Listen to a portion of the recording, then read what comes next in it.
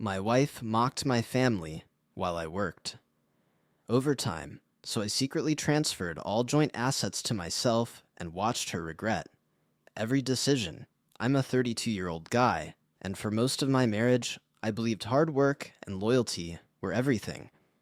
I thought that if I poured myself into my job, paid the bills on time, and made sure our home ran smoothly, love would automatically follow. My wife, Jenna, was everything everyone dreams of. Ambitious, polished, with a wit that could charm a room. But beneath that charm, there was a subtle edge I never wanted to see at first. She came from a well-off family, and she loved comparing everything about her life to mine, especially my parents and siblings. "They're so backward," she once whispered, barely suppressing a smirk when my parents came over for dinner. I laughed it off nervously, telling myself she didn't mean it, that it was just her personality, harmless sarcasm in a high-energy household. My weekdays blurred together in a haze of overtime shifts. I'd leave the house before sunrise, navigate the crowded subway, and return late at night to tackle bills, mortgage payments, and unexpected household emergencies. Sometimes I'd wake up at 3 a.m. just to balance our budget or pay a looming credit card bill I hadn't noticed. Weekends weren't much better. I'd fix leaky faucets, replace the broken dishwasher part, or scrub the kitchen counters until my hands were raw. All of it, I told myself, was for us. For the marriage, for Jenna, for a life we were building together. But Jenna had this way of making casual visits from my family feel like a subtle battlefield. She'd comment on my father's worn suit or my sister's simple apartment. "It's quaint, I guess," she'd say, with that sharp, knowing smile, and my family would laugh awkwardly while I tried to steer the conversation elsewhere. Each time, a tiny voice inside me nagged, warning me that pride and patience weren't enough, but I pushed it down. I rationalized, I excused, I swallowed the discomfort like I always did. By the end of most nights, I was physically drained and mentally frayed, yet a part of me felt proud that I was holding everything together, keeping my family and my marriage afloat. I didn't realize then that this pride, the very thing I leaned on to justify her behavior, was exactly what she would later exploit. It started small, almost imperceptible, but the cracks in Jenna's mask began to show. I'd come home after a 12-hour shift, exhausted, and she'd casually remark, "You really think working yourself to death makes you important?" Her tone was light, almost teasing, but there was a sharp edge that cut deeper than any harsh words could. She began pointing out my family's flaws in ways that weren't subtle anymore. My sister's old car, my mom's cooking, my dad's retirement routine. At first, I laughed awkwardly, trying to smooth it over. "She's just joking," I told myself. "It's her personality. I need to be patient." Friends started dropping hints, too, little nudges in conversation. "Are you sure she respects your family?" I wouldn't put up with someone mocking my parents like that. I nodded politely, laughed it off, and went back to work, trying to convince myself I was the one overreacting. But deep down, a pit of unease was growing in my stomach. I couldn't shake the feeling that something wasn't right, that her words were slowly eroding the foundation of everything I'd built. She didn't stop there. When my parents visited, she'd make little comparisons, praising her own family lavishly. "Oh, in my family, we never leave dirty dishes in the sink." Or, "My brother just bought a new car. Surely you could manage that someday." I forced smiles, nodded along, but my heart was sinking. The humiliation stung quietly, like a paper cut you can't see, but it festers anyway. I began noticing the subtler things too, how she'd roll her eyes if my mom mentioned budgeting, or how she'd sigh when my sister asked for advice. My friend's warnings echoed louder now, gnawing at the back of my mind. I felt trapped between loyalty to my family and my desire to believe in Jenna. By the time night fell, I'd often find myself sitting alone in the living room, staring at the dim glow of the kitchen light, replaying every comment, every smirk. Something inside me was telling me I couldn't ignore it forever, but I had no idea how deep this manipulation would go, or how much it would cost me emotionally. It started almost imperceptibly, but I could feel the subtle shift in Jenna. At first, it was little comments. Your sister's place is cute, I guess. Or, your dad still wears that suit? Adorable. She delivered them with a smile, but the sting was unmistakable. I laughed it off in front of her, convincing myself she didn't mean anything. But every word lodged itself in my chest like a splinter I couldn't remove. I began noticing how she'd scrutinize my family when they visited, her eyes scanning every detail, comparing, judging, never hiding her disdain. Backward, she muttered once under her breath, and my mom heard it, forcing a nervous laugh that made my stomach twist. I told myself to ignore it. Her personality, her upbringing, just a joke. But the voice in my head whispered that pride alone wouldn't save this marriage. Friends started dropping hints too, little probing questions. Are you sure she respects your family? One would ask over beers, and another would joke, be careful, man, she's got a sharp tongue. I forced smiles, nodded, and tried to rationalize. I was overthinking, letting work stress make mountains out of molehills. But the feeling in my gut, the one that had always protected me, was nagging louder than ever. Her comments became more frequent, sharper, almost surgical. She'd mock my mom's cooking in front of my dad, lightly tease my sister's modest lifestyle, and gush about her own family's wealth with a tone that was equal parts pride and pity. I tried to stay calm, redirecting conversations, but every interaction felt like walking on a minefield.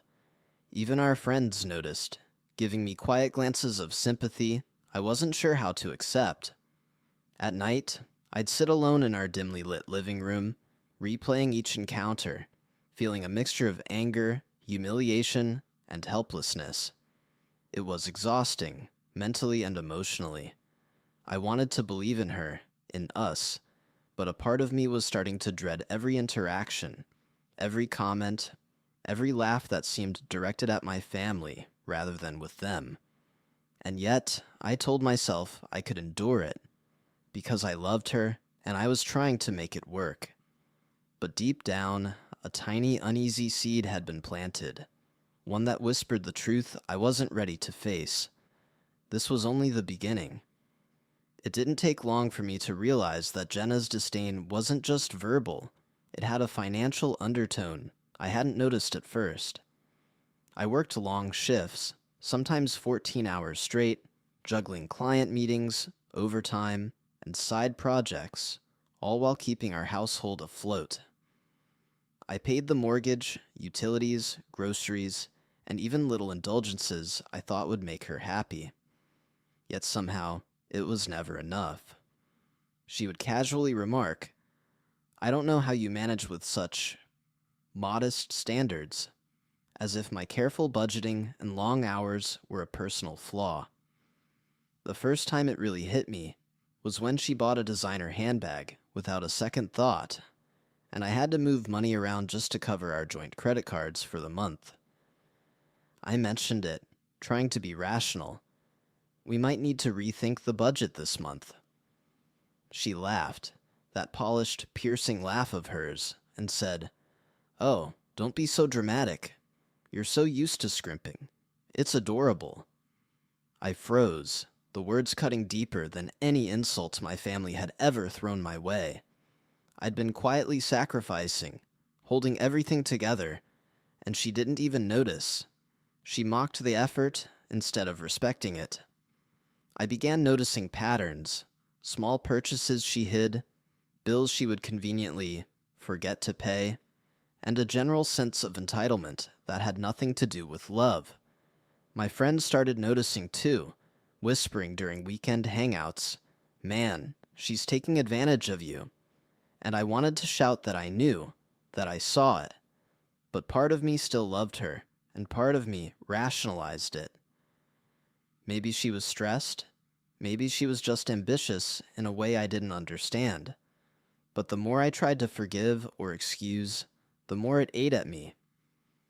Each time she laughed at my father's careful spending or my sister's modest life, I felt invisible, a man whose hard work was only taken for granted.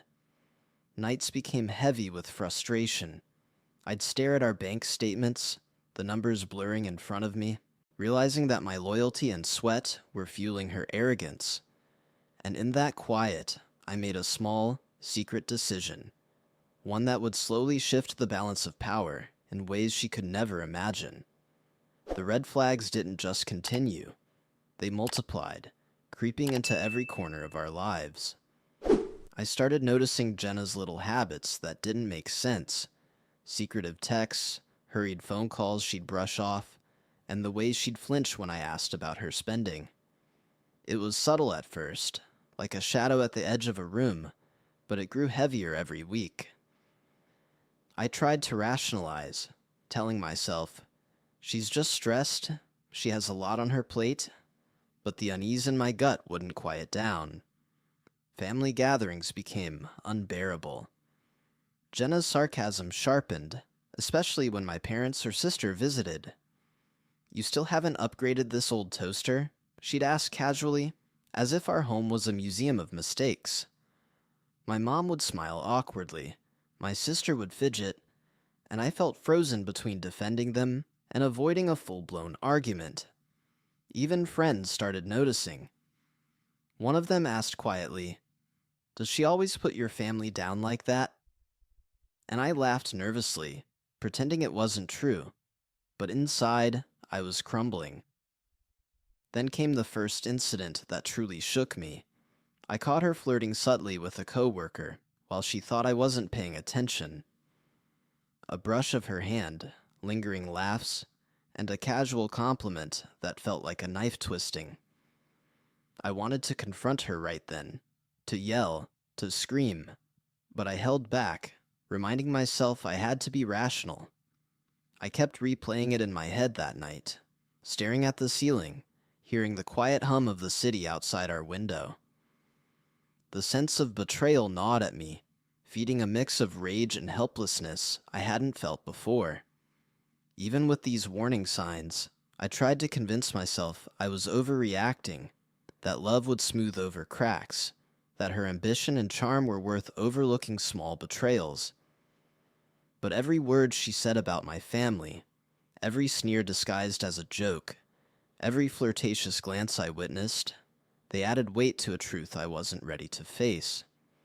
By the end of the week, I was exhausted, anxious, and unsure of where I truly stood in my own marriage.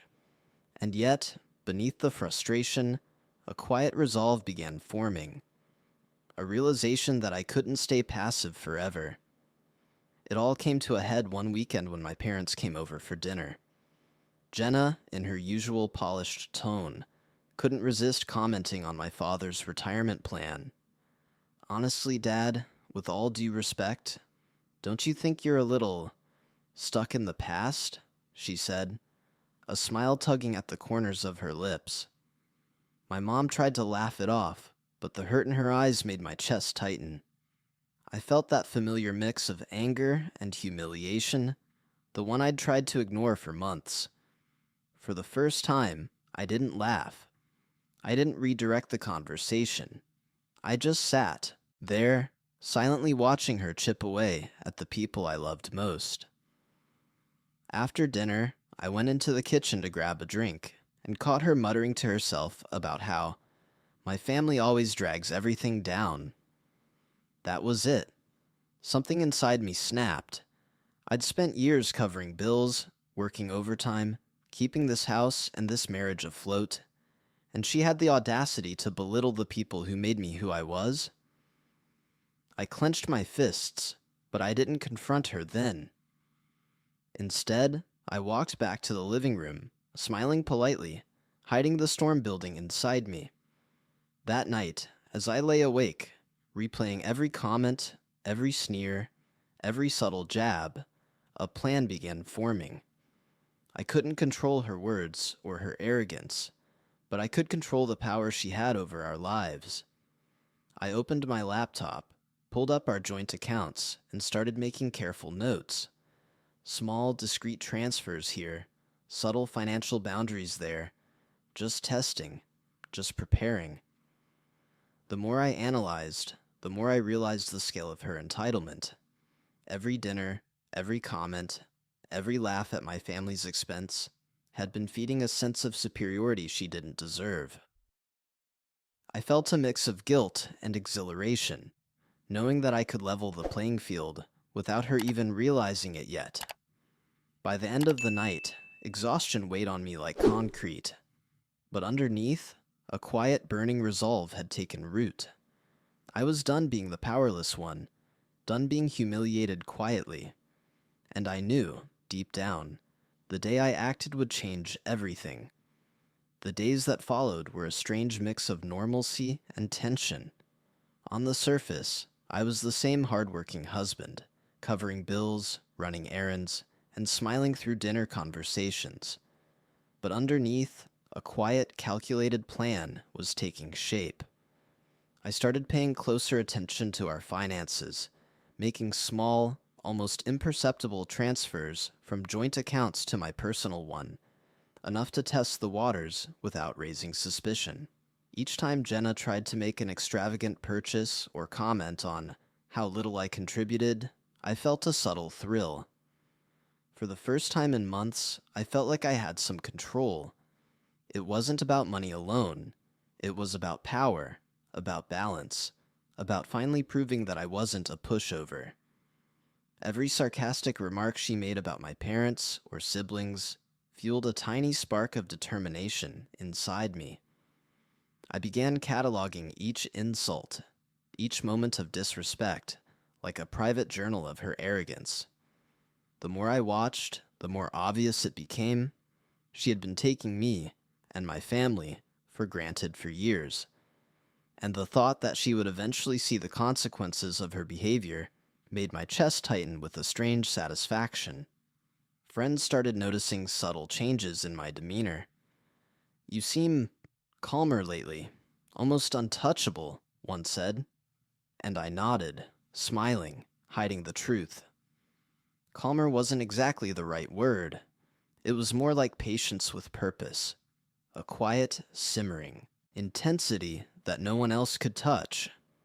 I'd perfected the mask of the loving, exhausted husband, while secretly preparing for the day she would realize she no longer had the upper hand.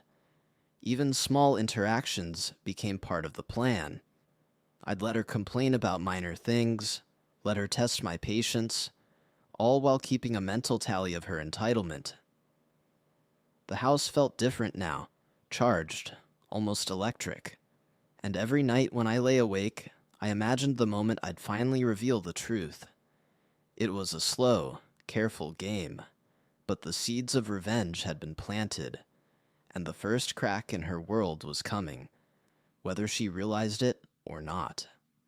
It started with small, almost innocent restrictions. A card she thought she could swipe freely, declined. A payment she assumed I'd cover automatically, delayed. At first, she assumed it was a bank error or a glitch, muttering, "This is so annoying," as she tapped through her apps. I watched silently, my expression calm, letting her stew in confusion. The power shift was subtle, almost invisible, but I could feel it in the air every time she realized something wasn't quite right. She began checking her balances obsessively, her casual confidence giving way to irritation. "Why is this payment pending?" she asked one morning, frowning at her phone. I shrugged, sipping coffee, letting the pause stretch. "Maybe the bank's glitching again," I said, and she huffed, muttering under her breath. but there was a flicker in her eyes, a crack in her polished armor, and I knew she was starting to realize she wasn't in control anymore. The more she struggled, the more audacious her reactions became. She would rant to friends, complaining about how he's suddenly impossible, unknowingly providing me more evidence of her entitlement and mockery. Each story she told, each frustrated glare she shot my way, only confirmed what I already knew. She had underestimated me. I'd been silent, I'd been patient, but now I was poised. I could play this out slowly, letting her unravel in private, while the outside world remained none the wiser. The tension at home was electric. Even simple conversations carried a subtle edge. She would argue about minor purchases or trips, unaware that every complaint was feeding into a carefully constructed plan. I'd let her push, let her test boundaries, all while I stayed perfectly composed. And every night, lying awake with the soft hum of the city outside our window, I imagined the exact moment her smug confidence would shatter. The moment she'd finally realize that I held the upper hand in every sense. That day was coming, and when it did, there would be no going back. By this point, I had full control over our finances, though Jenna had no idea. Every joint account, every automatic payment, every credit card was quietly under my watch. I could see the panic creeping in, subtle at first, her phone never leaving her hand, eyes darting to balances. Little mutters about, "Why isn't this working?" I let her stew, all while maintaining the calm, exhausted husband mask she had always mocked me for. The irony wasn't lost on me. Then came the first real crack in her arrogance. She called me from the office one afternoon, voice sharp, frustrated. "Why can't I access the account? Are you messing with me?" Her tone wavered between anger and disbelief. I stayed quiet for a moment, savoring the tension. "I don't know. Maybe call the bank?" I said casually, as if I had no idea. The realization hit her slowly, like ice creeping up her spine, and I heard it. The first whisper of panic that I had been waiting for. The more she struggled, the more I cataloged her reactions. Every sigh, every huff, every flustered call to her friends. It was like watching a carefully constructed house of cards tremble with the slightest gust. I even let her vent to a coworker, unaware she was confessing her frustration openly, exposing her entitlement and her mockery of my family. Each word, each frustrated exhale, confirmed how long she had underestimated me. At home, the tension was palpable. Even a simple cup of coffee shared in silence carried weight, charged with unspoken power dynamics. I could feel her recalculating, reconsidering, while I quietly documented every move, every word, every reaction. And that's when I realized the midline had shifted. This wasn't just about money anymore. It was about authority, about respect, about finally leveling the playing field. Every joke, every insult, every glance she had ever thrown at my family was about to have consequences. The first major shakeup was imminent, and I could almost hear the echo of her smug confidence cracking. She thought she controlled the narrative. Soon she'd learn that I had been writing it all along. It all came crashing down one evening during a family dinner. My parents had come over, and Jenna, in her usual polished, sharp-edged way, started making jokes about their old-fashioned habits. She laughed at my father's careful budgeting, rolled her eyes at my mother's home-cooked meal, and even smirked at my sister's modest apartment. I felt like I was shrinking inside, every word hitting me harder than the last. I wanted to yell, to stop her, to defend them, but I stayed frozen, paralyzed by the weight of disbelief and exhaustion. The humiliation I felt wasn't just for me. It was for every insult my family had endured quietly over the years. Later that night, when I thought we were alone, she started complaining about minor things. her wardrobe, her lunch plans, her travel expenses, expecting me to fix everything instantly. I tried to keep calm, tried to maintain that exhausted, patient mask. But inside, I was seething. My chest ached, my mind raced, and for the first time, I felt completely powerless, despite all the hours I had worked, all the bills I had covered, all the sacrifices I had made. It was like standing in a storm without an umbrella, drenched and helpless. I went to bed that night and stared at the ceiling, feeling smaller than I had in years. I thought about every sarcastic comment, every subtle jab she had made, every flippant insult at my family. The realization hit me with a cold, crushing clarity. I had been invisible in my own marriage, my efforts taken for granted, my pride weaponized against me. It was the lowest point I had felt in years, and I questioned whether love alone was worth all this pain. But even in that darkness, a quiet, stubborn spark of determination ignited. I couldn't let this continue. Not for me, not for my family. And in that moment, a plan that had been simmering beneath the surface fully crystallized in my mind. The storm was here, and it was time to act. The next morning, everything changed. Jenna was scrolling through her phone when she suddenly froze, her fingers hovering over the screen. Why can't I access the accounts?" she stammered, her voice sharp but trembling. I sipped my coffee calmly, letting the silence stretch, feeling a strange thrill in the tension. "Maybe it's a bank error," I said casually, leaning back. Her eyes narrowed, a flicker of panic passing across her face. She tried again, tapping, refreshing, muttering, "This isn't right. Something's wrong." And that's when I finally let her see what I had been building for months. "It's not the bank," I said quietly, watching her pale.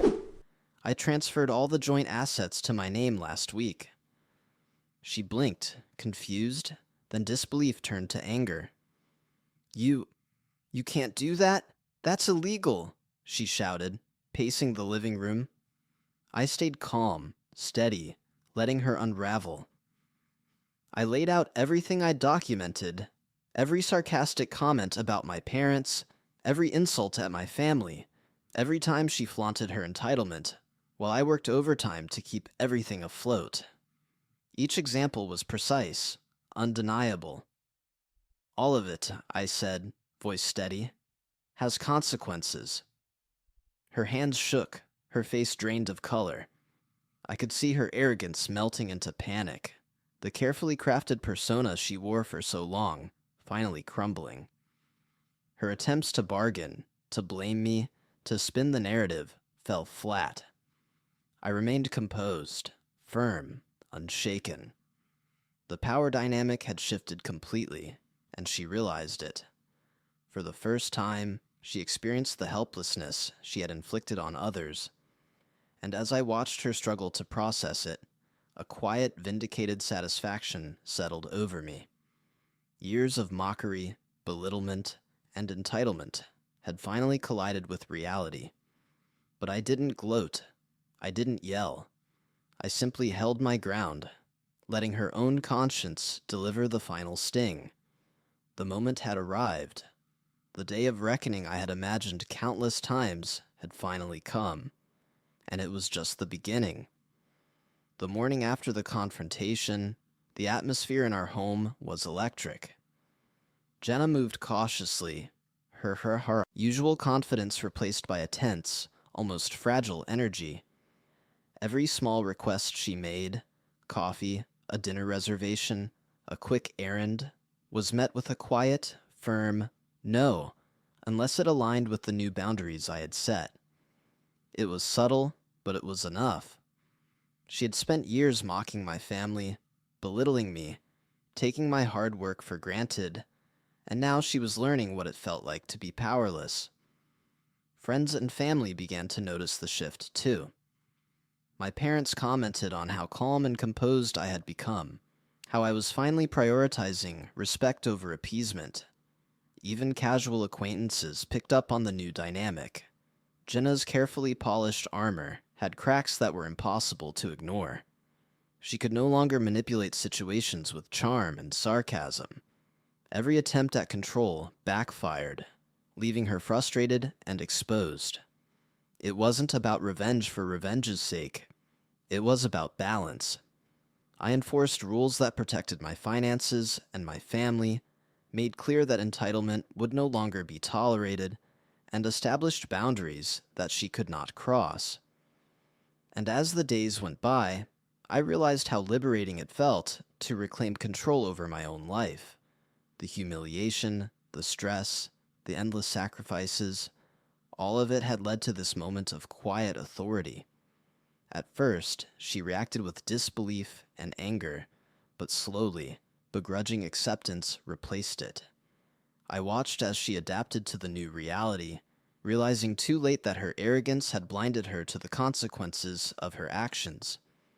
And through it all, I stayed composed, letting her own reckoning teach the lesson I couldn't force her to understand.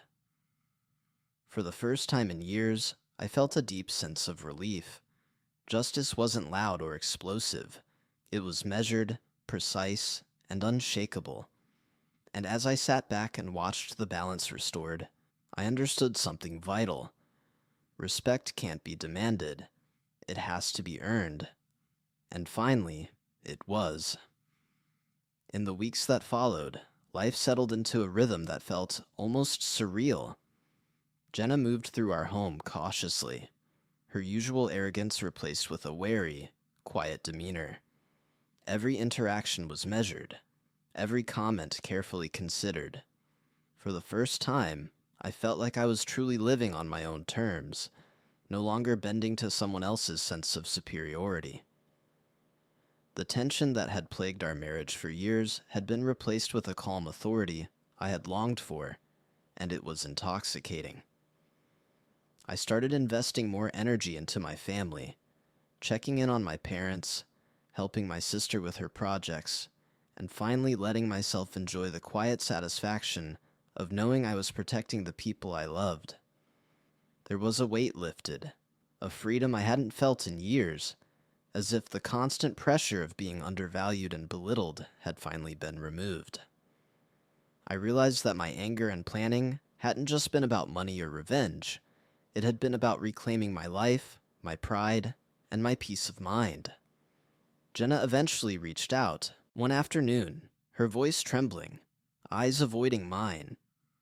I didn't realize how much I hurt you, she admitted, a trace of remorse lacing her words.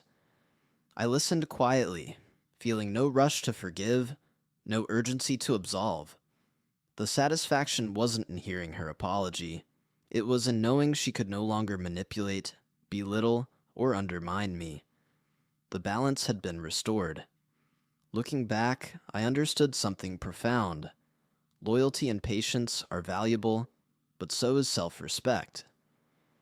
I had loved deeply, sacrificed silently, and endured humiliation, but I had also learned when to reclaim power, when to set boundaries, and when to act decisively. I felt stronger, calmer, and more in control than I ever had. As I sat on the couch that evening, the hum of the city outside our window, I realized that the real victory wasn't in the money or control. It was in the empowerment, the clarity, and the knowledge that I would never allow anyone to demean me or my family again. And for the first time in years, I felt truly free.